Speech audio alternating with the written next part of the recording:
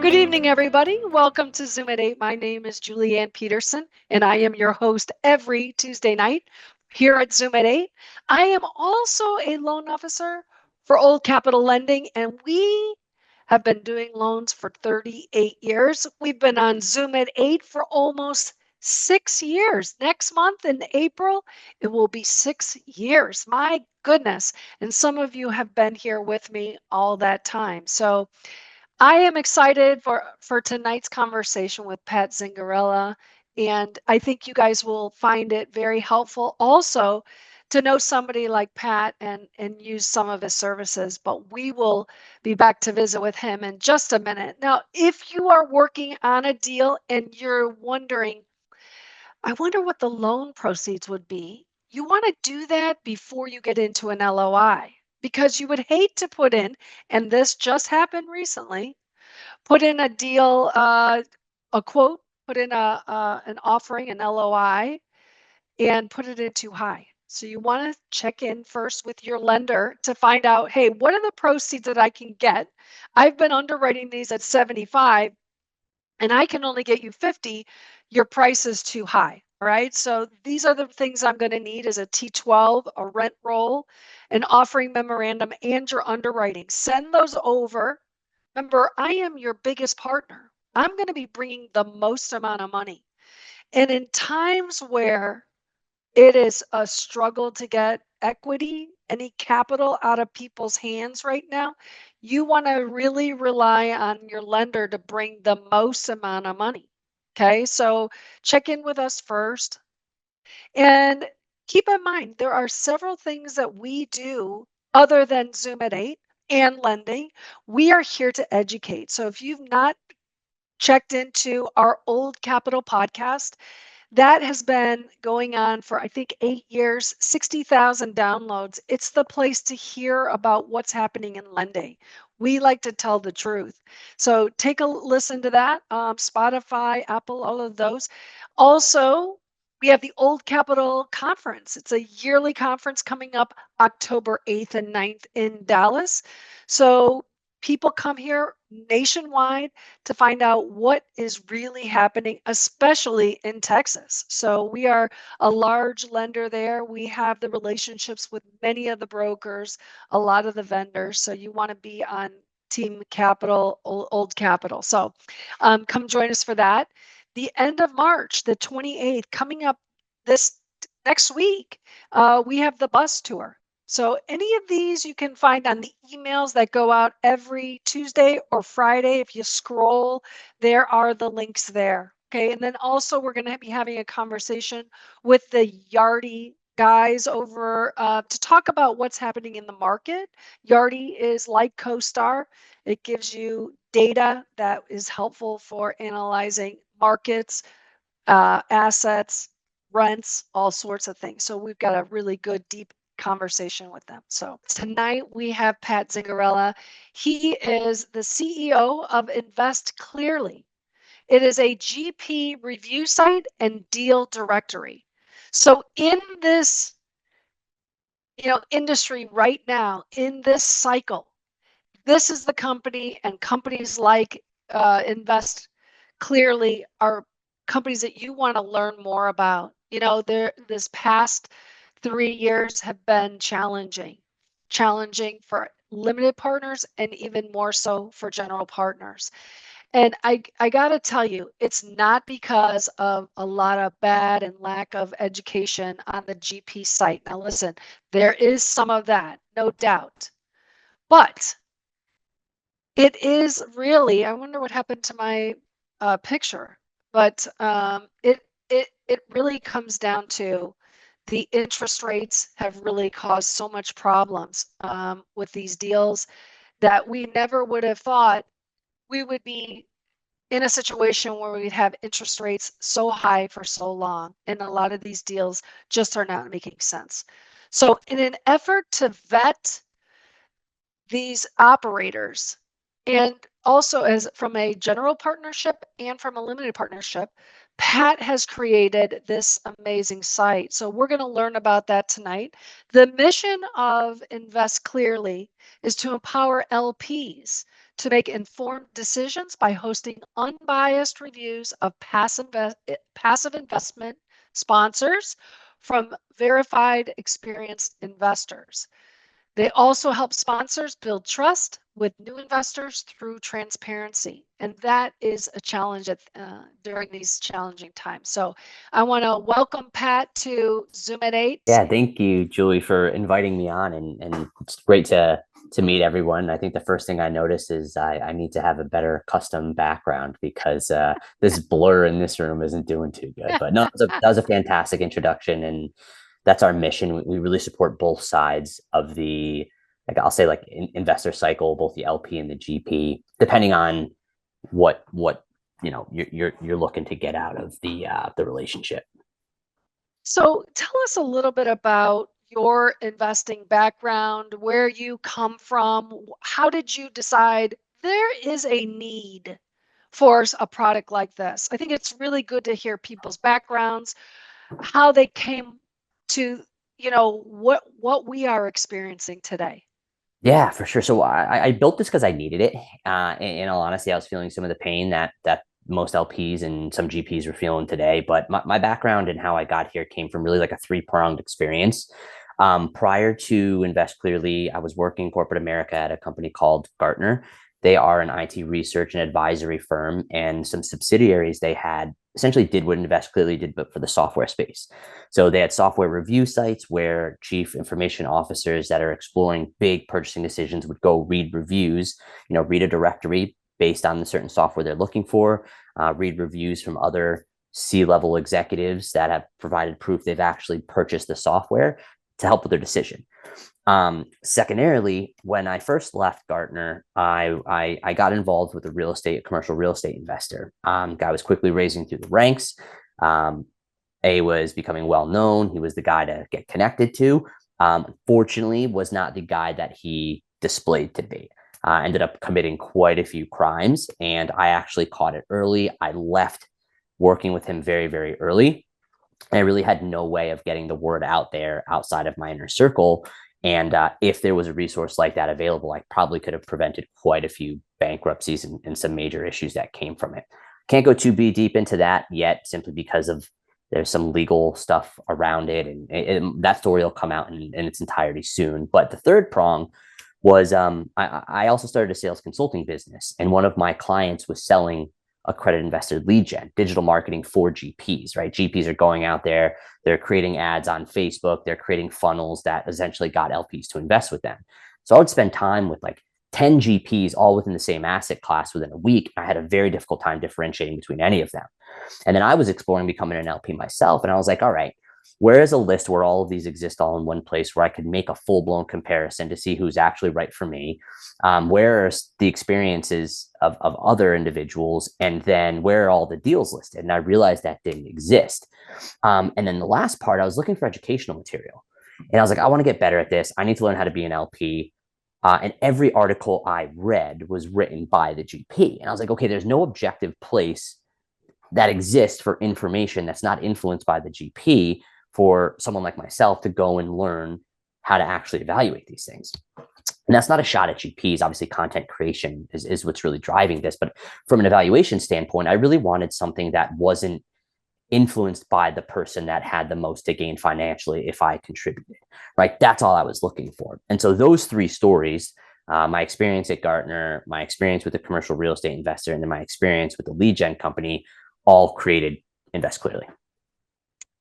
Okay, so tell us a little bit about the platform itself. Like what do you want to gain? How do you want to get your message out about this? Yeah, so what the platform is, it's effectively a directory of GPs. So our mission is every GP that's ever existed will be on the site, regardless if they participate. Right now, we've got 1,400 GPs listed, and then LPs that provide undeniable proof that they've worked with those GPs can write reviews on them.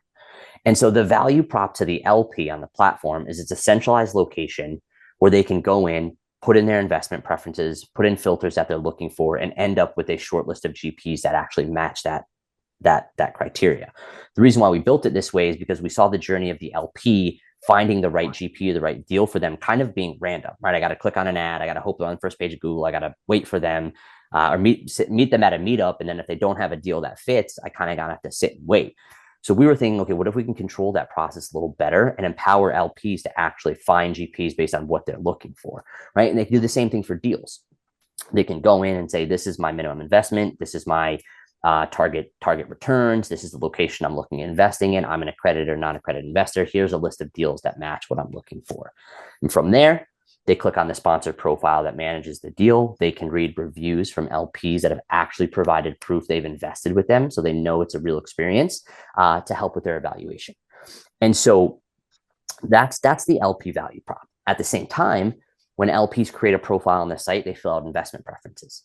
Where are you looking to invest? What type of investor are you? What are your targeted, desired returns? What's your minimum investment? And then when activity on the GP's profile matches their investment preferences, they get notified. So it sort of cuts down the need to subscribe to a billion email list where you can just have one location where you're getting all these deals all in one place. So let me pause there. That's the LP. Do you want me to dive straight into the GP or what would? Let's see if there's anybody in the room that has a question regarding the LPs. A lot of us think we want to be GPs, and they never start out as LPs. I think because they're afraid to put their own money into someone else's deal. They don't trust the general partners. I'll be very interested to see, anybody have any questions as an LP, why you would use, or any questions on being an LP. Feel free to unmute yourself. Can I ask a question? Sure. So generally the investments are over a longer time horizon. Sometimes you refinance them and sometimes close them. So how do you track the performance of the GP? Is it just based on their presentation material, or because you're going to track it over the time as well? Yeah. So we don't track anything. Everything we've built is essentially a crowdsourced information from the LP. And if you really think about the experience of the LP, right? We're not verifying returns. We're not validating, exits. What we're doing is we're creating a place where LPs can share their experience outside of just the marketed financial returns, right? So what we've seen is LPs are absolutely reviewing GPs before deals go for a full cycle. Why is that? Well, it's because there's a lot of leading indicators of how the GPs are performing on qualitative measurements like communication, right? Are they actually telling the investors what's going on, or are they in the dark? It's obvious to some people what their capital event is going to be like. Either they're going to make their money back or they're going to have a loss of capital. So they are also reviewing these guys along the path. Does that make sense? Does that answer your question? Yeah, it does. Thank you. Sure. Carla has a question. Yeah. Not so much of a question, but a comment, Pat. I Yeah. absolutely love this. Besides being a GP, I am also an LP, and I wanted to be an LP first in order for me to see what was the process that my own LPs, and my own active properties would go through. And it has given me a really great insight into the things that I would love to do and continue, and the things that I would definitely not do because of those communication issues and different other factors that have nothing to do whether you get the return or not. The return may take 5, 7, 10 years, depending on what it is. But what happens within their relationship within that timeline, it is essential in order for you to as an LP, in order for you to go about your day and go about your business without you always having to think what's going on with my investment, with my money. So I really appreciate you coming in here and bringing that information. And I would love to connect with you as well, because we do have Gartner in common. Oh yeah, were you there as well? Yes. Oh, that's so cool. Yeah, that's awesome. Yeah, our team is 2 Gartner guys, so that's really cool. But yeah, so I will definitely connect with you. To build on what you're saying, it's an interesting concept, and this kind of goes into what Jiraj was asking as well. What I'm hearing more right now isn't even necessarily related to like feedback on returns. Like, yes, obviously no one's gonna not bring up if they're taking a bath and a total loss of capital, but like people are bringing up communication way more than anything else, even on the good side of things. Like I spoke to an LP earlier today who's a position in multiple deals, And when we were talking about a GP that he considered to be exemplary, the first thing he brought up was how on time their communication was. He was like, their communication's on time. Quarterly, we do a webinar. I always get emails from them. And then he's like, oh, and they're also performing. And I was like, okay, it's a weird, or isn't it's not like what you think about the order to be right now, but it's what people really, really care about, because so many people are left in the dark, and some deals are performing well, but they won't reinvest because they weren't being communicated to. And it's a wild concept. Yeah, and when we look at the world as a whole, especially, you know, the current times that we are in the United States, at least, there's so much uncertainty depending on who you ask. And communication is such a huge and essential part of it. You know, the person wants to be in the loop, in the know-how as much as possible into what's going on, in order for them to trust that at least something is going the way that Yeah. they thought or they expected it would. Yeah. And again, to build that again, even if it's not, like, you're seeing some of the communication come through reviews where, okay, we may be below projections, but I know what's going on. Like Yeah. some of these reviews, when especially the organic ones, where you think they're going to be an emotional like dump of LPs, it's actually, it's like there's a level of understanding where, like, hey, this may not be a bad operator, but this may be a bad deal. But they're keeping me, like, I know why it's happening. I know what we're doing to work on it. And that narrative is coming through the reviews, which is important. Yeah. So again, you said you had 1,400 that are on the platform as limited Yep. partners, or as general partners, or as a whole? Yeah, as general partners. So in our Okay. directory, we have 1,400 sponsors listed, and the main purpose of the site is, even if the sponsors aren't participating with us, or don't know who we are, or don't like us, they still have a profile on here, and LPs can still review them if they provided proof that they've worked with them. The reason why is, like, we don't want to limit the value of this, either protection or encouragement to and from a GP, to like limited to who's participating with us. We want this to be everyone. So LPs really get an understanding of what's going on. So we're certainly not there yet. So from a limited partnership, or even from your platform, is there a fee to get in? Because as a limited partner, I don't know if I'm going to pay to give somebody a bad review, right? If I go to Yelp, I just write a bad review. Hopefully it's not connected to me. I just want them to know it was bad. Yeah, and good rightfully question. So good if it was good too, right? Yep. I think this is one of our biggest differentiators among maybe people trying to do this, is we are completely free to the LP. We have no paywall. There is no gatekeeping in our site. And there's a couple of reasons for that. Number one, you don't even need to sign up for the site to use it, right? If you want to go to the website, scroll around, look up, create shortlist, look up GPs, you can do that without signing up. We do that because we don't necessarily think LPs should be paying to not make a bad decision. It's really as simple as that. On top of that, the more this is open, the more reviews get written to what you talked about, the better like picture of the ecosystem we could provide. And like our long-term mission is to be part of every single decision cycle. Like LPs are referencing us for everyone. And the only way to do that is for focus on like providing the largest amount of information versus signing up the most people, if that makes sense. I really like it. Now, my question to you is, does somebody fill out specific questions, or is it open? Like, how's the rating? Yeah. Yeah, I think that it could be really arbitrary. Yeah, 100%. So what we do is, part of the review process, essentially like a 3-step process. The first one, you choose the sponsor. The second one, you write the review. So in the review, what we do is we do provide a framework of like what a great review looks like. It's like, hey, this is the structure of what a really, really good, like what you should include in a review. We have, I think, five different, I guess, topics that you can do a star rating, and then an overall summary box. We may shift in the future to have it more guided, but right now and a lot of it is more along the qualitative side of things, right? Is what was it like before you invested with them? What was the communication like before you invested with them? What was the communication like after you invested with them? Are your expectations that were set actually aligned? Returns, and then overall feedback. And then if what we're doing is we're actually in the back end analyzing like the gap between a pre-investment communication 5-star to a post-investment communication 1-star, and then like like cross-referencing what they're writing in the review to say, hey, this is what's actually going on right now. This is how to improve as a GP. This is what to look out for as an LP. So we've got some reports coming out on that soon. Okay, that's fantastic.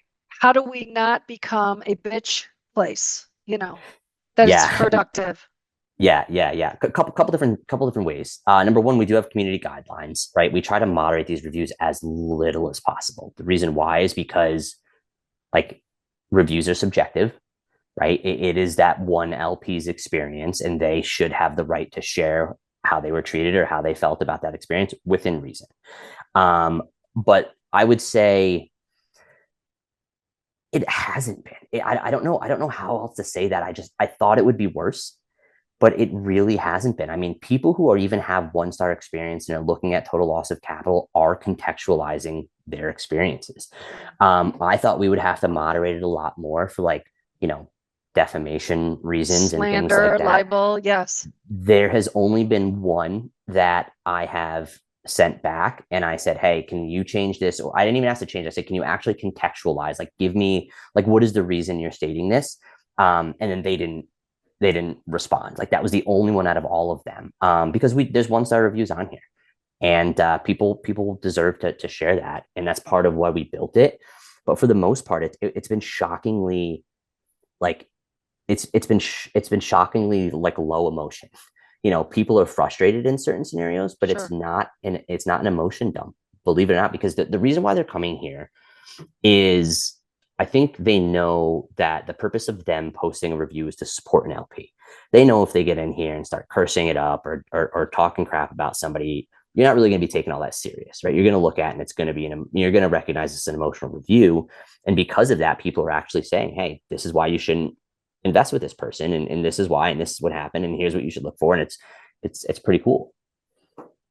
What are you hearing from LPs? Like top, you'd said maybe communication. What else are you experiencing in that coming from LPs right now? Yeah, Returns. I mean, yeah, returns. Honestly, it is. I would say 99.9% communication. That is where people are the most frustrated and where the biggest gap is. There are people, you've got people who there may be fraud involved, may be negligence involved, but I would say people are more, even in those scenarios, people are bringing up communication more than anything.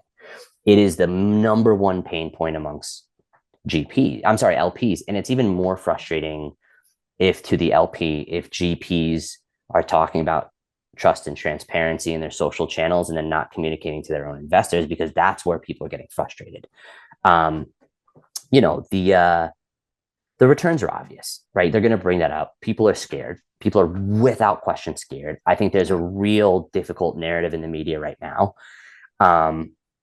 And people are just uncertain, right? And what we're seeing is that from an LP standpoint, LPs are not placing capital, right? There's a lot of dry powder on the sidelines. There's a wait and see mentality. Their decision cycles are just getting longer.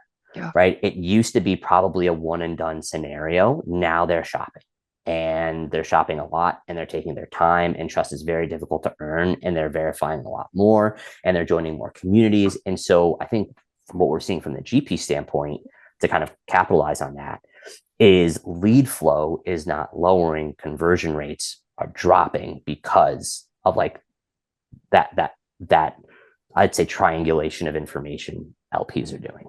Okay, can you unpack that? Because that had a lot of solid information. So re-say that and just unpack it a little bit. Yeah, which part do you want me to start with? Well, you had said that it's taking longer for people to analyze these people, the sponsors, but it's also taking longer for people to come into these deals. That's what I think I heard. Yeah, it's really a two-factor thing. It's a like know, like, and trust used to be a thing, but like that trust piece is very difficult to earn right now. LPs are trusting a lot less than they used to.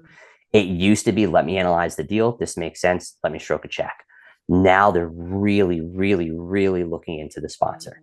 And so I would say the length is also in terms of like, first of all, the fear and uncertainty of what's going on is it's not just oh, I'm losing money. It's hey, I just saw this in the media. Is this also going to happen to me if, you know what I mean? And it's there was a shift in the administration, and there's an uncertainty around interest rates, and there's this and there's that. There's a lot of things that are like, what's going to happen? So that decision timeline, there's a lot more factors than just my one conversation with the GP. Is really what that length standpoint is. Well, and I think that what is the biggest challenge is the people that you do want to invest with, they don't have deals right now. So you've got money sitting in your pocket or in your hands ready to deploy, but that person that you really want to be with, they don't have anything. And they might not have anything because they don't value, some of these assets. So quite challenging in that respect, right? Would you agree with that, Pat? Yeah, and that's the hard thing in turn if you're an LP as well, is like in that capacity, LPs still want to place capital. And so like deal flow is tough, right? That's the second side of things. Oh, there's someone.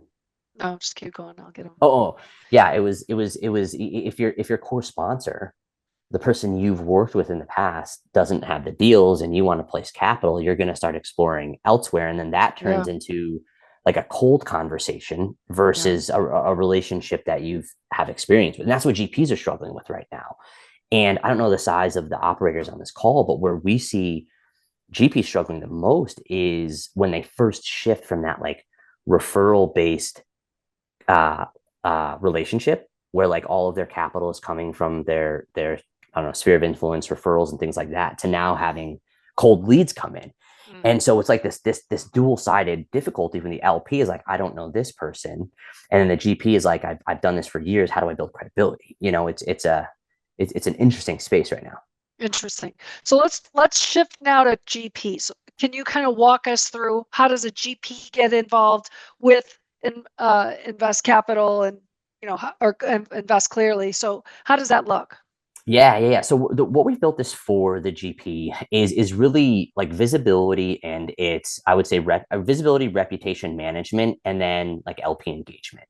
From the visibility standpoint, the number one thing a GP would want to do is get in and claim their profile. This is my company, update their profile so they show up better in shortlist that I maybe wasn't able to find publicly from an information standpoint.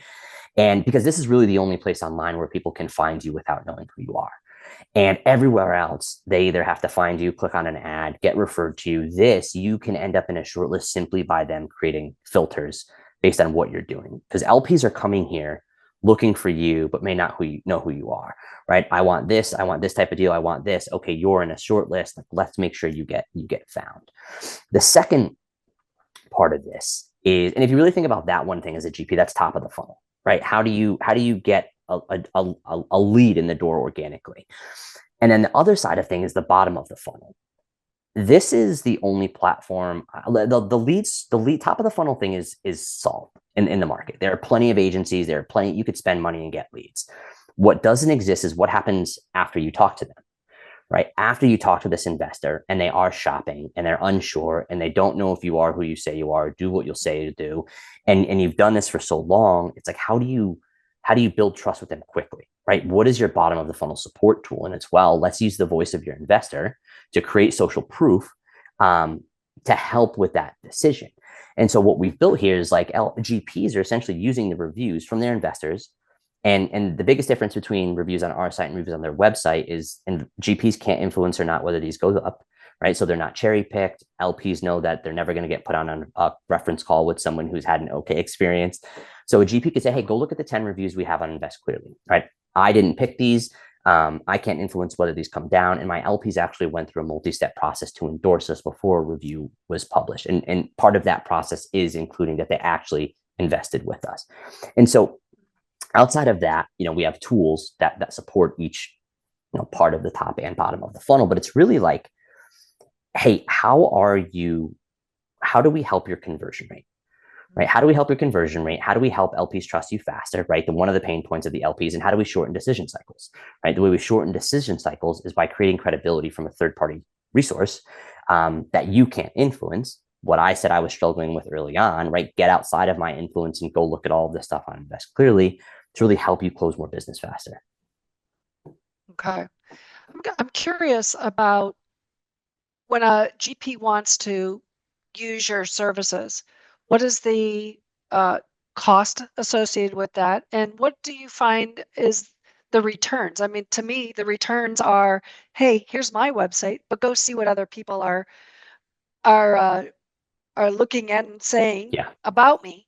And so the returns are bringing them back to you. Have you been able to follow that trend and closing a deal? I'd be very curious. Yeah. So first, let me tell you how we don't make money. And this is the I bring this up first because we are not commissioned on dollars raised. We are not broker dealers. There's no way to invest on our website. We are not registered with any regulatory agency. The reason we structure it that way is so we retain the trust of the LP. The LPs know that the GPs on our site are not, they're not giving us kickbacks for 5-star reviews. We don't care if they never invest. Like, that's not how we operate. And we know if that ever changed, we would lose the LP, the business would collapse. And so the way we make money is GPs have like 3 profile options. There's that raw profile where, hey, they may not even know we exist. They're still on here. The second tier is what's called a claimed profile. That's where someone can go, oh, hey, I saw my profile of my company on Invest Clearly. Let me have admin access to it. I can update my information. I can use some of the free tools that Invest Clearly allows me to. That's also free. And then the third tier is our paid model, which is an upgraded profile. And an upgraded profile, they effectively get to add more things to their profile, meaning like downloadable documentations. They have call to actions to get, like book a call with me directly, get into my deal room, join my mailing list. They have the ability to use advanced widgets, which pull the reviews from our site onto theirs, all tools that really help that LP engagement and like lead capture mechanism organically. To answer your question on the return is like, is multi-pronged, right? Like, our value prop is really both top and bottom of the funnel. And what we tell people is like, yes, will you get leads on this if you are a good sponsor? Yeah, we've already had someone who on LinkedIn recently posted that an LP came to Invest Clearly, found their profile, went into their portal, signed the accreditation documents, and wired money without talking to them, like from the reviews on our site. I think that's madness. And that's not traditional. And I'll probably never be able to tell a story like that again. But like, is it happening? Yeah, we've heard stories like that from a couple people. But the real value to the GP is like, okay, you already have a pool of investors, or you have investors you're talking to for the first time that don't know who you are. If you focused on improving your conversion rate by 1%, instead of having to go out and generate another 100 leads, it's like that's like the material impact right there. Because I think we focus as sales people and marketers so much as the top of the funnel. I need more leads. I need more leads. I need more leads. Like, if you just convert one clip more, like, your cost of capital drops because there's no additional spend. And so like, that's what we're really trying to help people with. Interesting. Yeah. So And I think blockchain. Jason had his hand Yeah. up. Jason, let's go to you first. Are you there? Yes. Question Yes. for you. So, first question is, did you have the general partner's names and contact information on your website? That's the first question. And the second question is, are you guys thinking about also putting like vendors on there as well? Like, for example, me, I'm a CPA who specializes in serving real estate investors, and I actually have clients who are syndicated. So I would love to have my reviews up there as a CPA so that other GPs can see that I work with other sponsors as well as a CPA. Yeah, that makes Yeah. sense. Yeah. Yeah, we've thought about that. It's so funny you bring that up. No one else has asked us that question, but it is something we've talked about internally, which is so interesting. We're thinking about doing something more with service providers, whether it be like ad placements or something. We don't know what exactly it's going to look at, but it's definitely on the roadmap. because there's so many of you guys and there are so many doing great things. So we're thinking about it. We just haven't like really conceptualized like exactly what that will be. In terms of the contact information, yeah, every GP has their website on the site as part of the free profile. And then part of that upgrade is like the book a call calendar link and things like that. What is the website again? Investclearly.com. Here, I'll put it in the chat. That'd be great. You know, and to that point about GPs' names on it, what about LPs? Are they putting their name? Do they have to use their real name, or do they make up a different name so that it's anonymous? How are you handling that? Good question. So right now the LPs have the ability to have their name displayed as like first name, last initial, or they could be anonymous and it displays as a verified investor. Now, part of our verification process is the LP's profile name has to match the verification documents, right? And that's for my purpose of verification. Nobody sees the name if they want to be anonymous except me. Nobody sees the verification documents except me. But that's so I can look at this and say, okay, this investor was clearly part of this, has clearly invested with this GP, because every review we put out there, we verify that the investor has actually participated with the GP before we publish it. If anything's weird, hey, the names don't match. Hey, the verification document isn't up to snuff. I reach out and say, hey, this is what we need changed. You know, we don't see your name on here. It doesn't match this. It doesn't match this, and we get it. We get it worked. But yes, they have the ability to publish anonymous reviews. It is anonymous to the public, but the reviewer is not anonymous to me, and I still verify it the exact same way if it was a public. Okay.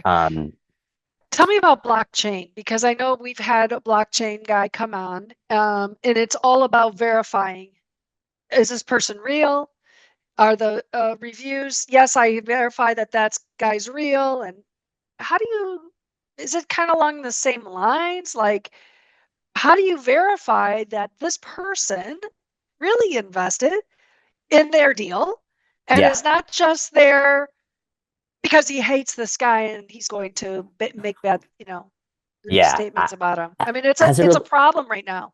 Oh, huge problem. I mean, it's a huge problem in every industry, right? I'll say every review industry. But I mean, blockchain, I've got no idea. That's way outside my brain capacity. We're definitely not there yet. But the way we verify everything is that, as I mentioned, I said there were 3 parts of the review process. I talked about the first one, you choose a sponsor. I talked the second one, which is write the review. On the third step, the LP has to upload proof that they participated with the sponsor. And so what the most common verification things is like a screenshot of them logged into their investor portal, statements, something like that. And then what I do is I have to make sure that their name matches the profile name they created with, or like the email they created the profile with. I make sure the GP logo is visible. I make sure the name is visible in the verification documents, and I moderate every single one of those to make sure it's a real one. That is intense. Wow. Okay. Can you give us a look at the platform now? We'd love to see what it looks like. I think it would be a perfect timing. Yeah, absolutely.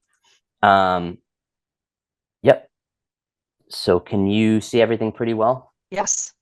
Yep. So this is the homepage, right? And you can come in here.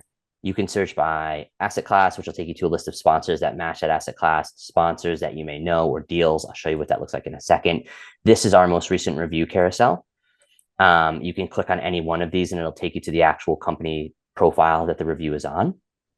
You can search, again, by sponsors. You can search our deal directors. I'll show you both in a second, or you can write a review. And so as part of the sponsor search, when you click on a sponsor, the coolest thing to remember, especially for smaller operators that want to get involved, this is the best place to show up above bigger GPs without needing to have comparable marketing dollars. Our search is based on review recency.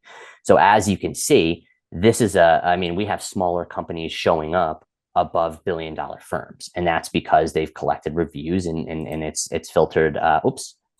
It's filtered from there. So you can come in here, you can search by sponsor rating, 1, 2, 3, 4, 5, see who's actively raising, search by asset class, the type of investors they expect, whatever it may be. And so in this capacity, you come in here, you can do the same thing for deals, right? You look at our deal directory. You can come in here if you want to just search by sponsors who have claimed their profile and updated information. You could search by asset class, deal type, which is fund, syndication, REITs, whatever it may be. And so the goal here is, okay, you come in, maybe you I don't know, maybe you click on a deal. Can I ask a question? I'm sorry to interrupt you. Sure. I see it's marina, so it'll go all through different commercial assets then? Yeah, so it depends. That's a good question. This is a unique one because we partnered with the Best Ever Conference, and this is one of the exhibiting sponsors. So we added marinas like for this particular use case. Right now, we're strictly like real estate, or what I would call real estate adjacent. Like we've got car washes in there, we've got marinas in there, Storage. and we've got storage in there. We've got industrial. Yep, we've got industrial in there.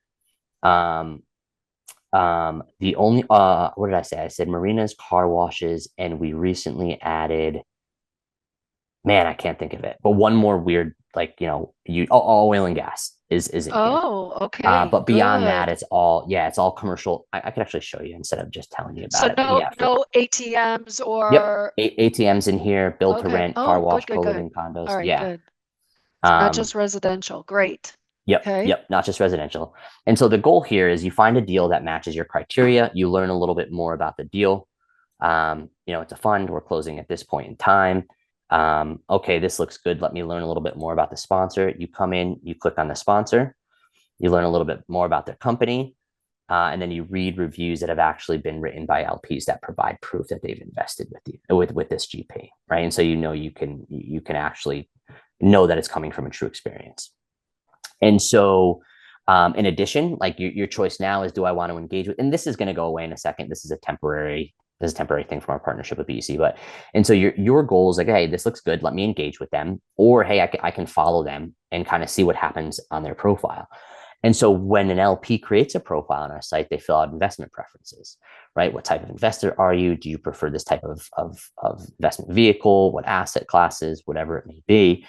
And then anytime there is activity that matches your investment preferences on a GP's profile, you get notified. And you can choose if that comes, daily, weekly, biweekly, monthly. Additionally, as you're following sponsors and find out what's going on, new reviews get published with them. It's all a way to like one location to have all of that information for you. So let me just backtrack on that. So if you do not choose a sponsor, but you go in there and you say, this is what I want. I have 100,000. I want deals that are 300 and more units that are 20 million in Dallas. Yep. It will take that criteria and map it to these opportunities that come in. Yep, that is correct. Okay. And let me see if I have, I'm going to bring up one of my emails to show you what exactly that looks like. Let me show you one sec. This is our most recent one. Okay, this one just has one on it for me, but it's something like this. Like, here's a new deal for you, right? And it comes into your inbox. You can click on this. It takes you straight to the deal, tells you a little bit about the deal, and then you can click on the sponsor to learn more about it. Wow, that is fantastic. And when you pull that up, it will give the reviews, good or bad. Yeah, it doesn't look like these guys have any. Sure. I know she just got rocked, but like they have closed deals on here as well. This is some historical stuff that she's done. You've got also some comparable sponsors at the top, depending on what this is. But yeah, and here's all the reviews. So what's been the feedback on this from a GP standpoint? I know from an LP standpoint, it's awesome. Yeah. I'm curious what GPs feel. I mean, it's a great, it opens doors. It gets visibility for you. I can only imagine it can be positive, except for some of those negative reviews. So are you having difficult conversations with GPs? I've definitely had some difficult conversation with GPs, but I think what we've done here is they recognize that it's going to happen whether we exist or not. And what we allow GPs to do is respond and contextualize reviews. And so what they're seeing this as is, okay, this is different than forums where anybody can write anything and hide behind anonymous accounts. And I don't know if they've actually invested with me or not. and GPs can actually respond to both negative and positive comments. And so I've definitely gotten, like, the two responses I get from GPs is either, oh my God, this is amazing, we need this in the marketplace, or what happens if I get a bad review? Like, split down the middle. It's one or the other. And what's interesting is we thought this would be adopted by the big guys who really have to manage reputation. In reality, where a lot of the sub $100 million firms are using this a lot more, because most of them are transitioning from like 506B to 506C for the first time, and they're marketing for the first time, or they've been around for 14 years and they never implemented digital marketing. And so like we were off with that, which is really cool. Because it was one of the reasons why, another reason why we started when I was like doing what I would call development interviews, is I would talk to people who go like virtually unheard of, but they've been around for so long because they have no digital presence. And so now those people are coming and they're ready to scale, and they want to build credibility with cold leads, and like they're engaging with us more than, you know, people who I thought would have to fight some of the narrative out there. What a great tool. Hey, let's open it up. Yeah. Is there, before we could do that, I'm sorry, is there anything else you'd like to show us? Because I mean, it's pretty self-explanatory, easy to navigate from an LP standpoint. I love all those different asset classes. That's amazing because, you know, for somebody like me who's saying, I think maybe I'm going to switch maybe over to oil and gas, that's a place where I can get educated and see who's doing it. So Yeah. And that's the goal. And that's the goal, is like, you know, you don't have to wait. A girl is like that. You don't have to wait anymore for someone, you know, to connect you with someone, you know, to explore some sort of diversification. It's like, hey, go run that yourself, you know? yeah, it's fantastic. Anybody in the room has a question, a comment? Pat, excellent work. This is super cool. And Thank you. I got to shout out Gartner also. I used to be at a company that got acquired by Gartner. So That's awesome. Which Yeah. one? Evanta. They're out in Okay. Portland. Yeah. I know Very that cool. one. Yeah. That's So I know what awesome. it's like That's to be a awesome. Gartnerite. Yeah. Yeah. I was wondering, so if you're an LP and a GP, would you just have two profiles on your site? No, good question. It's essentially one profile, but you can use it for both sides. So like the way it starts is, that we have like a 3-step onboarding process, right? The first part is you fill out like your qualitative information. What type of investor are you? What type of syndication vehicle do you want? Like, you know, syndication REIT, whatever it may be. The second screen is more like financial based. You know, what returns are you looking for? And then the third screen, we ask, are you affiliated with a sponsor? Meaning, do you raise capital for? Are you a GP or are you an internal employee? And then that's where you would claim your profile. And then let me see if I could show you what that actually looks like. And then once you claim your profile, you would be able to toggle. I'll just show you one real quick. So while Once you're you looking at that, how about people changing names, which is happening? Yep. So right here is where you can toggle between the two. GPs actually can't change their name on their profile without us doing it. We've actually locked that, you know, for that kind of reason. But if we've you got know. an LLC that's ABC LLC, and then they change it to BAC LLC, how do you say that those are the same people? Yeah, we've got to trace it back. And it's a question we get a lot too, Oh, where you like, do? yeah, we get a question a lot of more along the lines of like, oh, I have 25 investors from my old company, but now we just started this new one with new partners and things like that. Yes, that is a And big deal. we say, hey, like it's a new team. Like the verification documents has to align to this team in this company.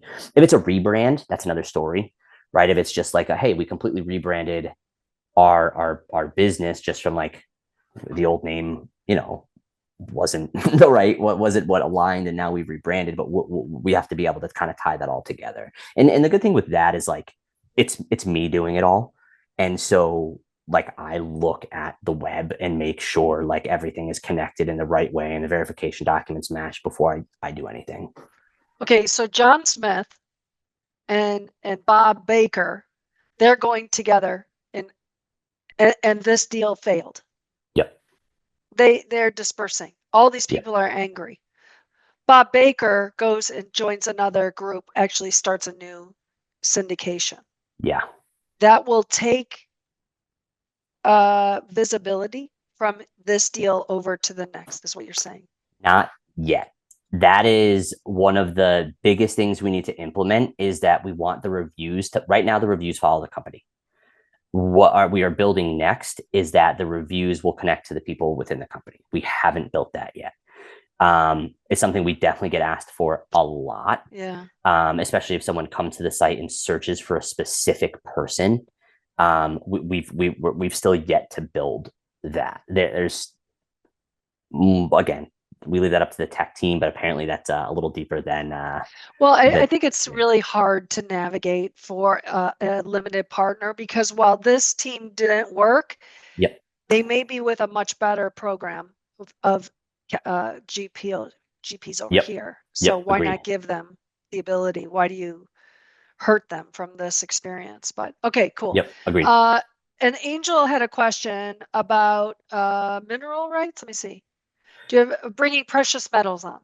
We don't have precious metals on there yet. I think there's a lot of expansion opportunity from an asset standpoint. Right now, we're really focused on the real estate niche. I think, you know, we will definitely get into any and all asset classes in the future.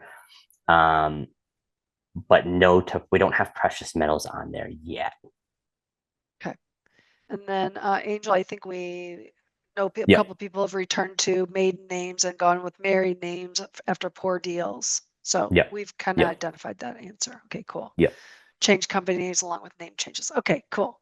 Anybody else before we let Pat go tonight? Great Julie, product. well, Julie, Moses here. I Yeah, think it's Moses. definitely a notch up from ground floor. I don't know if you've seen that or heard of that before, but that was more on the smaller investor side.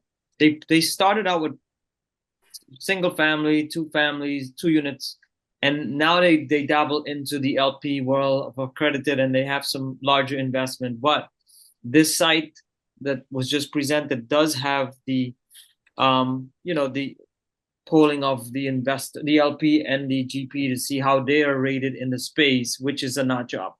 But it surely makes life easier on newbies coming in, that they can look at this and kind of pick, once they know their fundamental in underwriting, it helps them to get in the game faster. Yeah. Thank you very much. That's great. Yeah. Fantastic. All right. Anybody else? Okay. Hey, thank you so much, Pat. I appreciate it. Make sure if somebody wants to get a hold of you, have a Yep. conversation. How do we do that? I will put my email in the chat right now. Now, for those of you who are listening to this later, how would we get a hold of you? They don't have the screen, so tell us. Yep. My email address is pat@investclearly.com. We also have a contact page on the website that goes directly to me. I'm on LinkedIn, Pat Zingarella or Pasquale Zingarella. And investclearly.com is the site. Okay. This is fantastic. I Thank you. really recommend everybody jump on there, give, even if you want to get feedback from us, what we think is working, maybe what we think we want to see, what your thoughts are. It's always good to have feedback. And Julie, I mean, we have built this based on the feedback of LPs. Like Yeah. That is how we have built this site. So every piece of feedback, we try to implement as much as we possibly can, when we can. So yeah, I appreciate any and all feedback. Perfect. Well, thanks again for being here and being in our live conversation. It's been great to have you here. Thank you very much, and great to meet everybody.